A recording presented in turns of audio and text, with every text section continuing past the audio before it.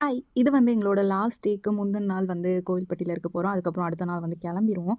அதனால அன்னைக்கு வந்து சிக்கன் பிரியாணி செய்யலாம் அப்படின்னு சொல்லி பிளான் பண்ணியிருந்தேன். ஏன்னா கௌதமோட அத்தைக்கு சிக்கன் பிரியாணி அதெல்லாம் ரொம்ப பிடிக்கும். பட் அவங்களுக்கு அதெல்லாம் பெருசா குக் பண்ண தெரியாது. அதனால சிக்கன் பிரியாணி அப்புறம் சிக்கன் மஞ்சூரி மாரி ஒண்ணு பண்ணியிருந்தேன். அதுக்கப்புறம் எனக்கு மட்டும் தனியா வந்து 0 ஆயில் சிக்கன் கிரேவி மாரி பண்ணிட்டேன். போட்டு சப்பாத்தி போட்டு நான் வந்து எனக்கு தனியா ரெடி பண்ணிக்கிட்டேன். ஸோ திரும்பி கோயம்புத்தூர் போனதுக்கப்புறம் மறுபடியும் பேக் டு ரொட்டீன் மாறணும். இங்க வந்து டைமிங் எல்லாமே மாறிருச்சு. தூங்குற டைமிங், எந்திரிக்கிற டைமிங், திருப்பி வந்து அந்த மாரி எந்திரிக்கிறது அதெல்லாம் கொஞ்சம் ஸ்டார்ட்டிங்கில கஷ்டமா இருக்கும். அதெல்லாம் வந்து மறுபடியும் வந்து பழகணும். சிக்கன் பிரியாணி வந்து ஜீரக சம்பா அரிசியில வந்து பண்ணியிருந்தேன். டேஸ்ட் நல்லாவே இருந்தது. ஸோ கௌதமும் வந்து சாப்பிடக்கூடாதுன்னு சொல்லி டாக்டர் சொல்லியிருந்தாங்க. சிக்கன் வந்து ஹீட்டுங்கிறனால அந்த கால்ல புண்ணு இருக்கிறனால அது வரைக்கும் ஆறுற வரைக்கும் சாப்பிடக்கூடாது அப்படின்னு சொல்லியிருந்தாங்க. அதனால வீட்ல இருக்க மத்தவங்களுக்கு மட்டும் தான் ரெடி பண்ணியிருந்தேன். ஸோ லஞ்ச்லாம் முடிச்சுட்டு சாப்பிட்டு முடிச்சாச்சு. ஈவினிங் போல அங்க நல்ல மழை. மழை பெஞ்சதுக்கு அப்புறம் தான் அங்க கொஞ்சமாவே ஹீட் வந்து குறைஞ்சிச்சு.